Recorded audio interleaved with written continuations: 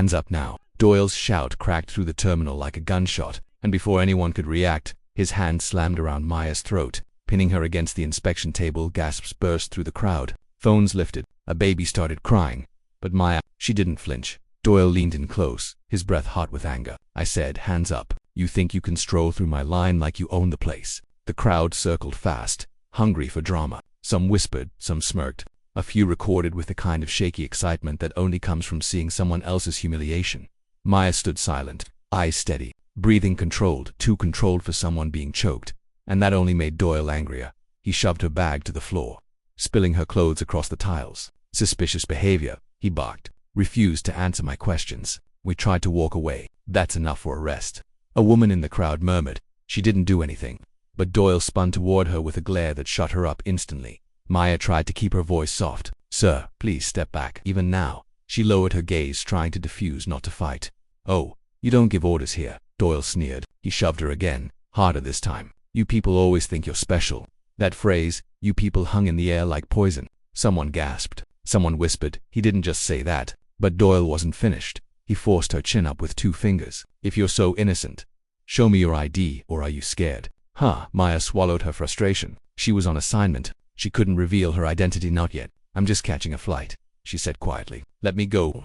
Doyle laughed, loud and mocking. If you're innocent, then why are you shaking? She wasn't shaken. Not a bit. But he needed her to look weak in front of the crowd. A second TSA officer jogged over and snickered. Doyle, just cuff her already. She's wasting everyone's time. The humiliation tightened around Maya like a rope. She backed up a step, palms open, trying once more to avoid what was coming. Sir, don't do this. Oh, I'm doing it, Doyle snapped. Unless you admit you're hiding something. Maya's silence made him bolder. He raised his voice, performing now. Maybe I should strip search you right here. How about that? Teach you a lesson. The crowd recoiled. A few people put their phones down. Suddenly, uneasy. Maya slowly lifted her eyes to his. The calm in her stare was so sharp, so steady. It didn't match anything Doyle expected. She straightened her posture just an inch, just enough for him to feel the shift. You're making a mistake, she said. For words, low, controlled, dangerous in a way the crowd couldn't understand. Doyle laughed in her face. Or what? Maya's fingers twitched barely a millimeter, but it was enough for one man watching to whisper. Did you see that? She doesn't look scared at all. Doyle didn't notice. He pushed closer, smug. Certain he owned the moment, he didn't realize the moment was already gone. Maya inhaled once, slow and deep. Then she whispered so only he could hear.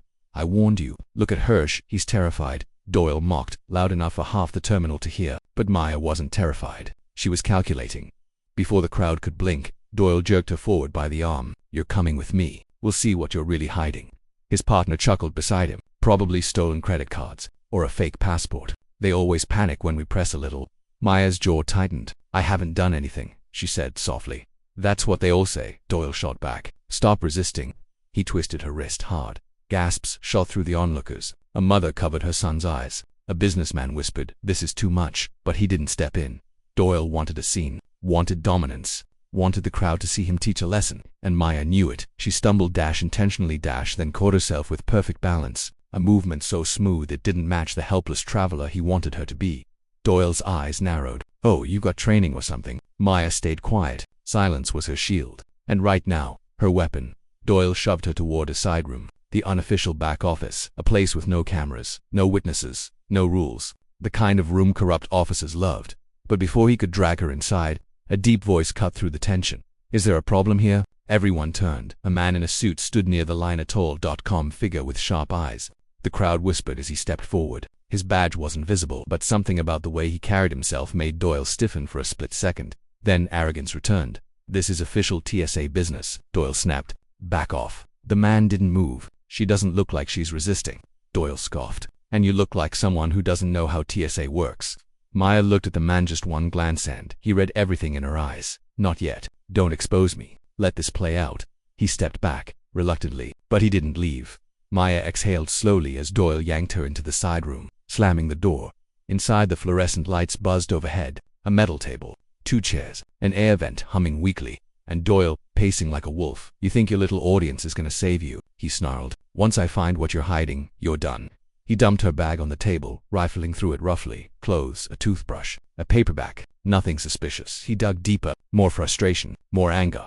What kind of agent are you, huh? He muttered sarcastically. Airport security. secret shopper, or just a lying? Maya's voice cut him off. Do you really want that answer? For the first time, Doyle hesitated. Maya raised her head slowly, her eyes cold and unbroken, her breathing steady, her posture straight.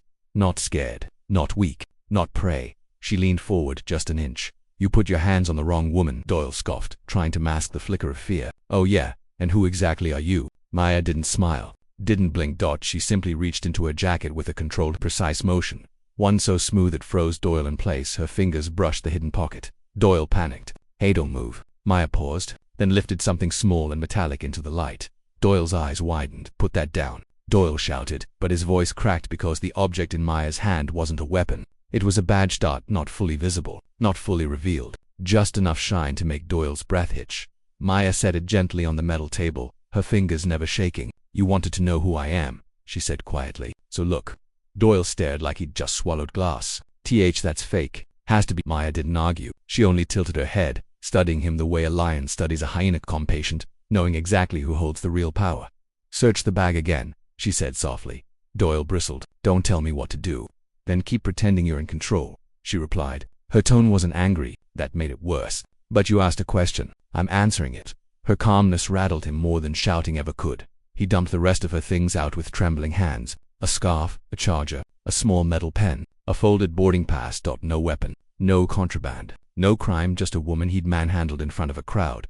Maya watched him with unreadable eyes, her breathing slow, steady, calibrated. Doyle slammed the bag down. This badge, where did you even get it? Where do you think? Maya asked. He opened his mouth, then shut it, jaw tightening. For the first time, he looked uncertain, but arrogance dies slow. He forced a laugh. You think flashing a shiny toy is gonna scare me? Unless that's real, and it's not too, just another traveler who got mouthy. Maya leaned back slightly, hands resting on her knees. If it's fake, she said, why are your hands shaking? Doyle froze. She wasn't mocking, she wasn't gloating. She was observing like someone trained to read people under pressure. And Doyle felt it. His partner, Reyes, cracked the door open. Yo, Doyle, supervisors are walking around. You good? Doyle snapped, almost panicked, closed the door. Reyes disappeared. Maya only raised an eyebrow. You don't want witnesses. Shut up, Doyle spat. Why? She asked softly. Because they might see what you did. He stepped toward her. I did my job. You grabbed my throat, Maya said. Not loud, not dramatic, just true. Doyle's nostrils flared. Protocol. His choking protocol, she asked. He didn't answer for a moment. The buzzing fluorescent light filled the silence, vibrating like a warning. Then Maya spoke again, clean cutting. You're not afraid I'm dangerous. You're afraid I'm important. That hit him hard. What did you say? Doyle demanded. You heard me. No, say it again. Maya leaned forward. Her eyes didn't blink. You're afraid of who I might be. Doyle's jaw clenched so tight his teeth clicked. He paced, breathing fast. The badge still glimmered on the table like a trap he couldn't escape. Maya finally rested her fingertips on it, not lifting, just claiming it. You touched the wrong person, she said, and when the truth comes out, it won't be me they investigate. Doyle stepped back just half an inch, but enough to show the shift. Who are you? He whispered. Maya exhaled, slow and steady, as if she'd been waiting for that question.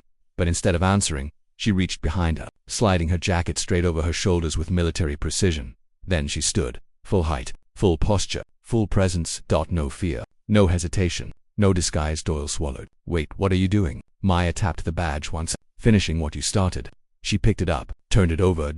And for the first time Doyle saw the engraved crest, his face drained of color. Maya slipped the badge into full view. Then she spoke the words that shattered the room. I'm Federal Agent Maya Brooks. He stepped closer, eyes cold as steel. And now you're in very serious trouble. Don't touch that crate, a voice hissed behind her. Maya froze, because that wasn't a warning, it was a threat. She kept her back turned, still holding the clipboard she'd stolen minutes earlier. Around her, the cargo bay thundered with machinery, forklifts humming, conveyor belts rattling, workers shouting quick instructions. But something about the air behind her felt wrong.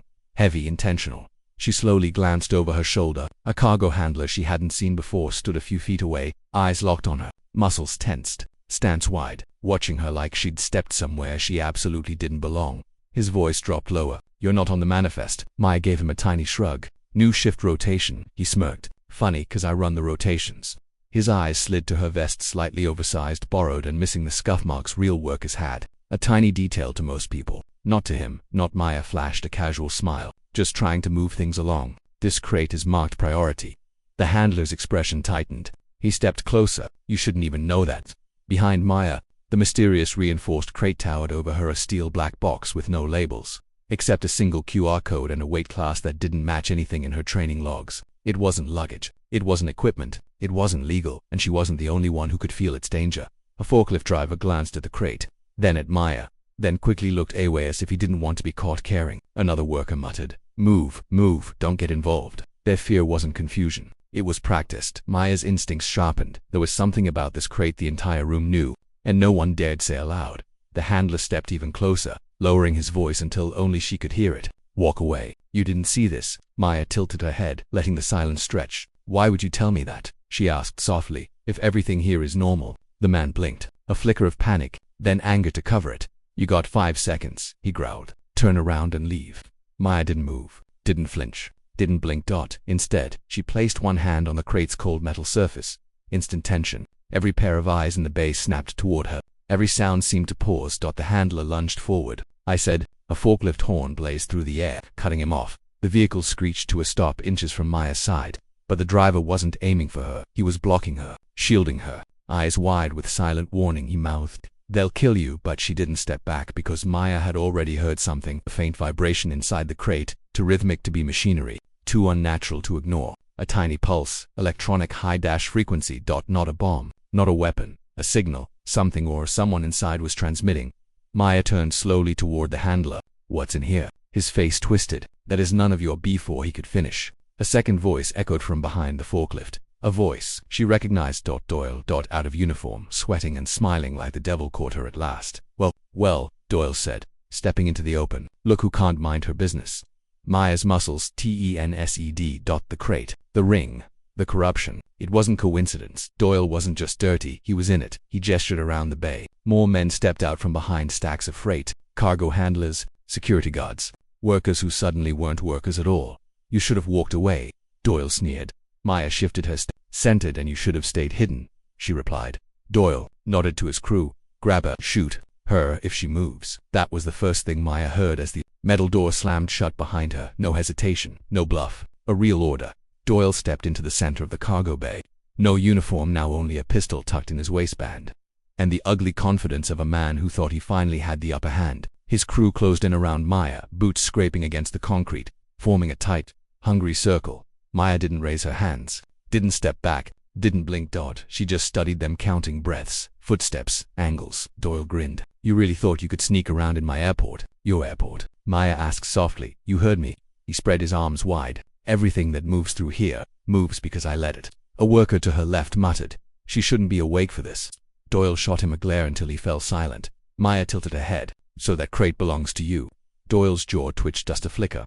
"Enough." She'd hit the nerve. "You're asking the wrong questions," he snapped. "The real question is, why didn't you walk away when you had the chance?" Maya stepped 1 foot back, barely an inch, but enough to shift her weight, enough to make 2 of the men adjust theirs. "Predators, not professionals." "Because your mistakes are loud," Maya said, "and I hear everything." A ripple of confusion shot through the group. "She's stalling," one of them barked. "Just grab." He lunged. "Bad choice." Maya pivoted fast, catching his arm, twisting her hip, and slamming him into a metal crate with a single clean motion. The sound exploded through the room, bang echoing off the cargo walls. Gasps, curses. The circle shattered as 2 more men charged in. Maya ducked the first punch, swept the attacker's legs, and used his momentum to throw him into the conveyor controls. Sparks burst from the panel, lighting the bay in a shower of electric orange. The second attacker swung wildly. Maya blocked with her forearm, drove an elbow into his ribs, and dropped him with a quiet surgical precision that made the others hesitate. Doyle panicked. "Get her, now." 4 men rushed at once. Maya sprinted toward the forklifts, weaving through pallets as bullets hissed past, Herculean shots that cut through the air like whispers. She slid under a conveyor belt, grabbed a loose wrench, and flung it across the room. It hit the emergency stop lever. The entire belt system shrieked to a halt, throwing 2 gunmen off balance. Maya used the chaos, leaping onto a crate, dropping behind them, striking one in the throat and the other in the knee before they could find their footing. Bodies hit the floor. Grunts of pain echoed. The circle collapsed faster than Doyle expected. He staggered back, hand gripping his pistol with trembling fingers. Back. Maya stepped forward through the smoke of sparking wires, her silhouette calm and terrifyingly controlled. "You assaulted a federal agent," she said. "Then you organized an ambush." "Shut up," Doyle screamed. "You don't know who you're messing with." "Neither do you," Maya replied. She kicked the pistol from his hand before he could fire. It skittered across the floor. stopping at the base of the mysterious crate. Doyle froze, eyes wide, breath shaking, cornered for the first time, and Maya leaned in, voice low as steel. This ring, this crate, this operation, you're all done. Suddenly a deep metallic thud echoed from inside the crate. Everyone went still, even Maya. Doyle's face went pale. Maya stepped backward, eyes locked on the steel panels, vibrating softly, rhythmically, like something alive was trying to push its way out. "What's inside, Doyle?" she asked. His lips trembled. "You don't want to know. Put the gun down, Doyle." That was the first thing the entire cargo bay heard, a voice booming from the catwalk. Above them every head snapped up, because standing there wasn't a worker, wasn't a guard, wasn't part of Doyle's crew at all. It was Airport Security Director Helen Ross, flanked by 2 supervisors and a camera crew documenting routine night checks. Doyle's face collapsed. He'd spent weeks avoiding Ross, months working around her, years pretending she didn't terrify him, and now she was watching him corner a woman on the concrete floor, surrounded by unconscious handlers, sparks from broken wiring still raining like angry fireflies. Ross's eyes narrowed. "Doyle, explain yourself." Maya stayed silent. She didn't need to say a thing. Her calm, steady breathing did the talking. Doyle's lips twitched. "Director, she attacked us. She had a weapon. She broke in." Ross held up a hand. "Be very careful. Every word you say right now is being recorded." Her camera team zoomed in. Doyle stiffened. Sweat poured down his temples. Then Ross looked at Maya. "Ma'am, are you injured?" Her tone changed instantly, respectful, controlled, professional. Maya shook her head. "I'm fine." She didn't reveal the badge yet, not until Doyle was deep enough in his own grave to feel it.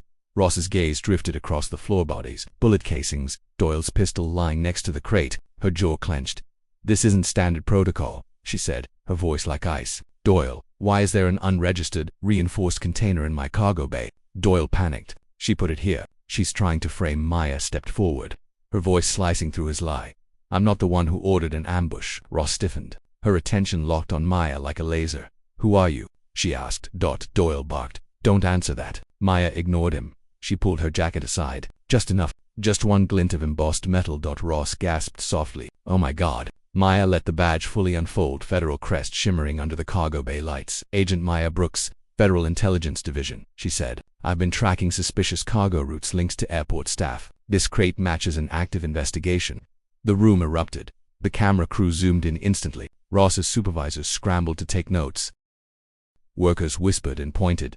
And Doyle stumbled backward like he'd been shot. "Why, you're lying," he stammered. "This is a setup she planned. This—" Maya didn't raise her voice. "Doyle," she said quietly, "you assaulted me. You obstructed a federal operation. And you brought armed criminals into a secure zone." Ross's head whipped toward Doyle. "You what?" Doyle could only shake his head, babbling nonsense as everything he'd built, every dirty favor, every hidden bribe, every threat finally snapped like a cheap belt. Maya walked past him toward the crate. She rested her hand on the metal. "I need this opened," she said. "Now." Ross nodded instantly. "Get the tools."